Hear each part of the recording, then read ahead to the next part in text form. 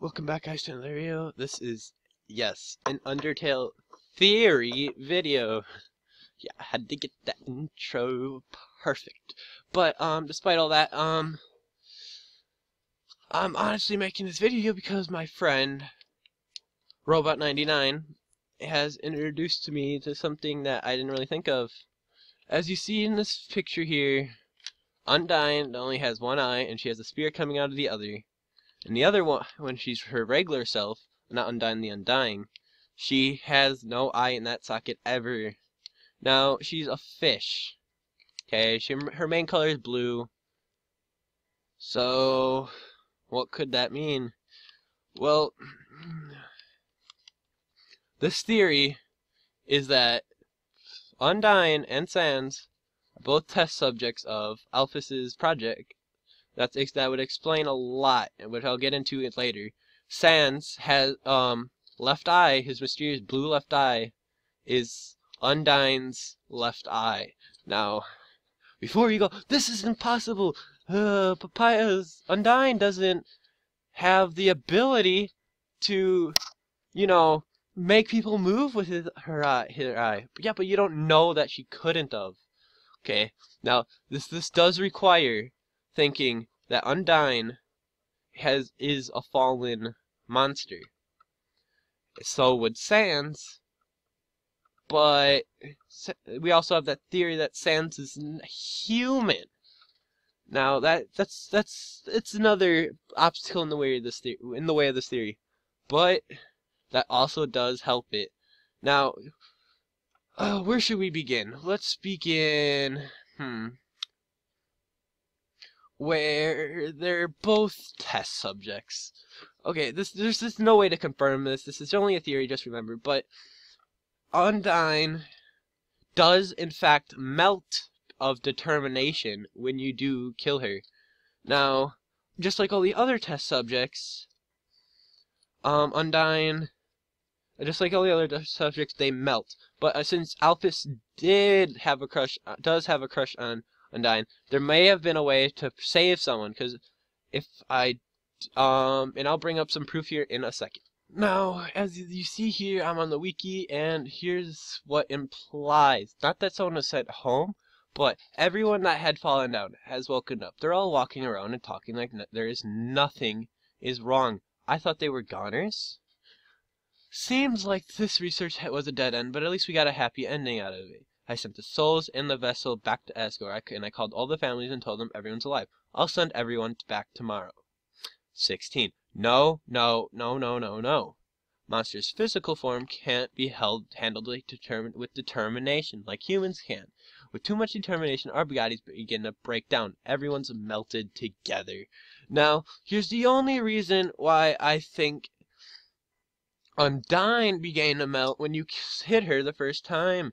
Okay, it's not. She mentioned her body was about to break into pieces, but we know this isn't true because she did eventually melt.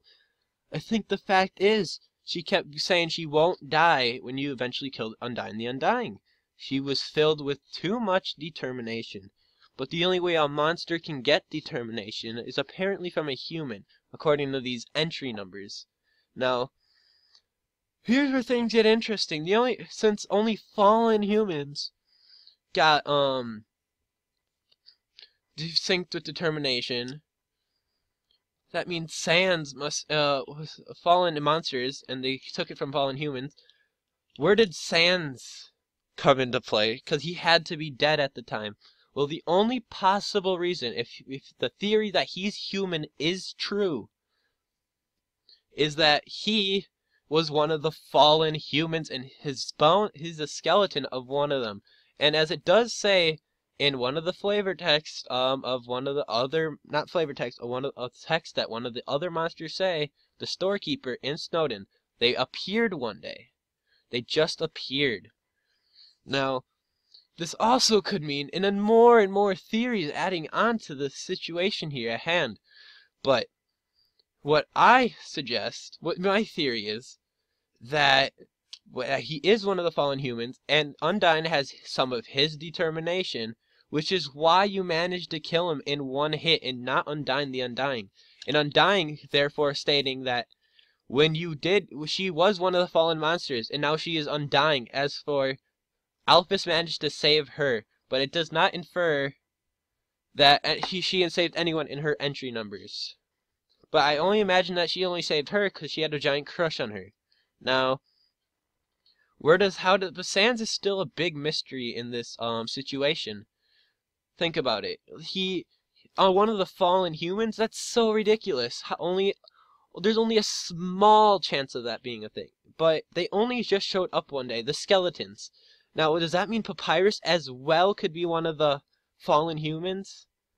I mean, he likes cooking, right? There's cooking items referring to one of the other fallen humans. Now,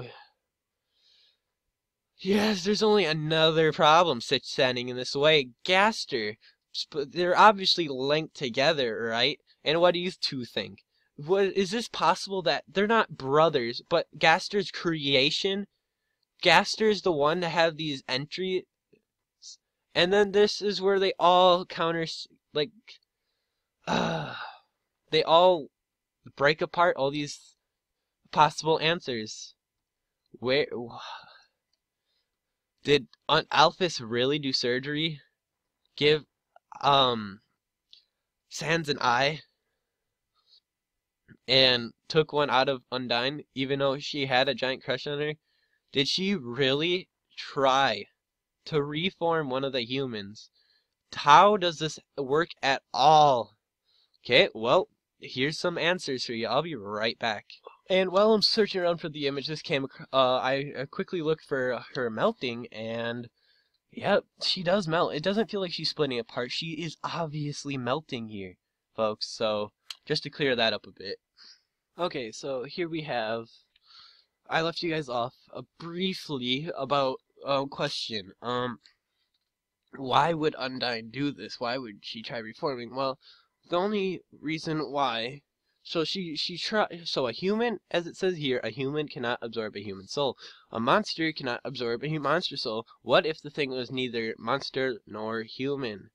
Now, this leads us to the question: what souls is she using?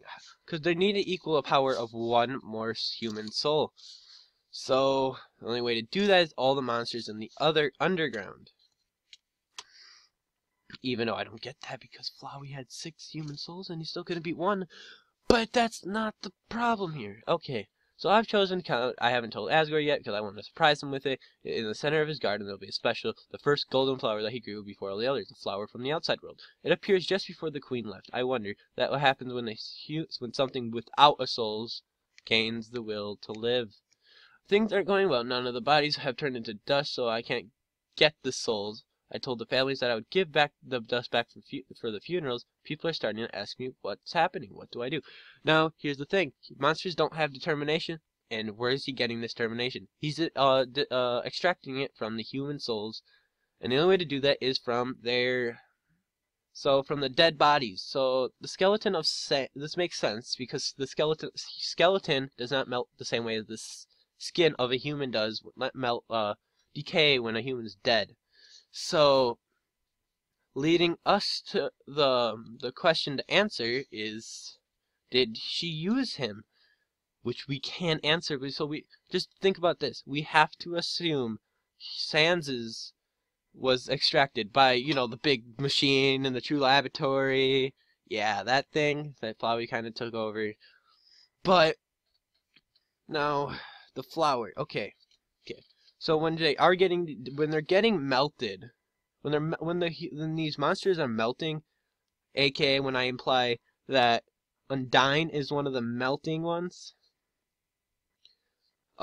So when she's melting, here's what I'm thinking. Her eye fell out, and in order to preserve it, she implanted it into Sans. Now, there's so many questions here. There's a lot of I could keep talking on and on and on for days about how this is possible and how this isn't. But here's the question to answer it all. How do you think Undyne got Sans back to life as a human, or Gaster, Because there was a time when Undyne was dead. Because AK, she got the title Undyne the Undying. Now the only way she could do this with determination, as I said earlier, she only gets monsters do not have determination. That's another stated thing. And this let's say, yeah, Frisk. Frisk is full of determination. She's the determination soul of the 7 humans. So she's like the only one. She has the most amount of determination, more than Flowey / Azrael. Sans doesn't have determination, as we know. He has the time machine from Gaster, not the time machine, the timeline continuum insight thing, Mabob. So he has pictures of all the other timelines. And needless to say, here's the question I want you guys to answer, and it may just solve it all for everyone. Why, how, and why did Sans come back, and how did he end up with Undyne's eye? Thanks. Quick thing I forgot to mention is Undyne and Sans never refer to one another or talk about one another in the entire game of Undertale. There's not a single time when they're seen in the same frame on purpose, like by them purposely trying to be with each other. The only way they're ever kind of encountered together is because of Papyrus. Papyrus obviously being Sans' brother, and Undyne's her best friends. And that's all I really got about this. Besides the fact that Undyne and Sans are so close together when they're kind of being captured by Flowey. I think they know that this is the thing that's happened. They're ignoring each other. They probably had an argument about this whole entire situation. Thanks, and that's the extra future self me and editing this part in. Yeah. And obviously Fox 15 made this picture right here. Just a quick disclaimer, I just chose a random photo. Credit goes to him for this photo right here.